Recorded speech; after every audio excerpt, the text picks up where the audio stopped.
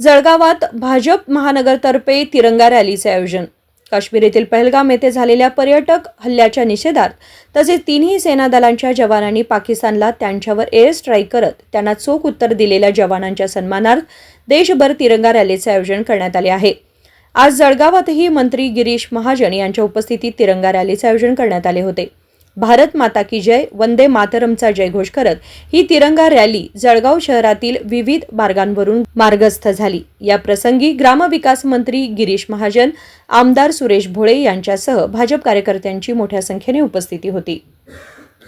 आज जळगाव शहरामध्ये तिरंगा रॅलीचं आयोजन या ठिकाणी करण्यात आलेलं आहे। आपण ठरवलंय की देशभर, राज्यभर, सर्व छोट्या मोठ्या शहरांमध्ये, गावांमध्ये तिरंगा रॅलीचं आयोजन आपण केलेलं आहे।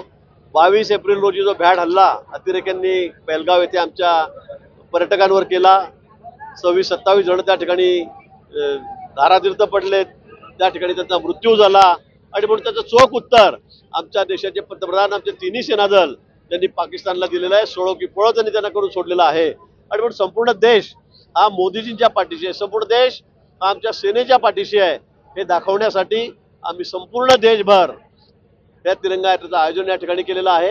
याच्यामध्ये सर्व धर्मीय, सर्व पक्षीय, सर्वच लोकांना त्या ठिकाणी आवाहन करण्यात आलेलं होतं आणि मला वाटतं सर्व राज्यामध्ये 3 दिवस आपल्याला 3 दिवस दिलेले आहेत, 16, 17, 18 हे 3 दिवस या रॅलीचं आयोजन या ठिकाणी केलेलं आहे। एक जनभावना अशी व्यक्त केली जाते भारतामध्ये किंवा पाकिस्तानचा जो विषय आहे नरेंद्र मोदींनी त्याचा कायमचा संपला पाहिजे, कारण वेळोवेळी पाकिस्तानच्या कुरघोड्या सुरू असतात, त्यामुळे ही एक चांगली संधी आहे।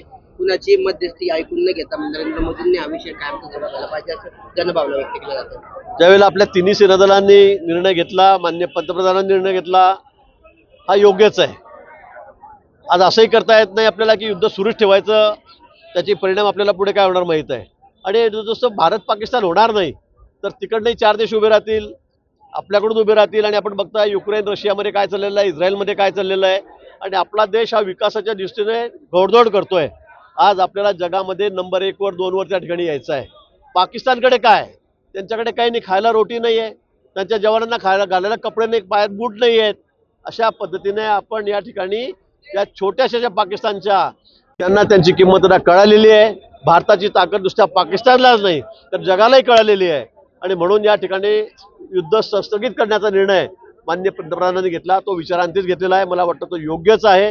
पण पुढे त्यांनी सांगितलं जर पाकिस्तानने आता पुढे एखाद दुसरी जरी चूक केली तर पाकिस्तानला आता आम्ही शिल्लक ठेवणार नाही, त्याचं नावच जगाच्या नकाशावर ठेवणार नाही, हे आमच्या पंतप्रधानांनी सांगितलं, आमच्या तिन्ही सेनादलाच्या प्रमुखांनी सांगितलेलं आहे। मला वाटतं हा योग्य निर्णय झालेला आहे। Bureau report, SBN Marathi, Jalgaon.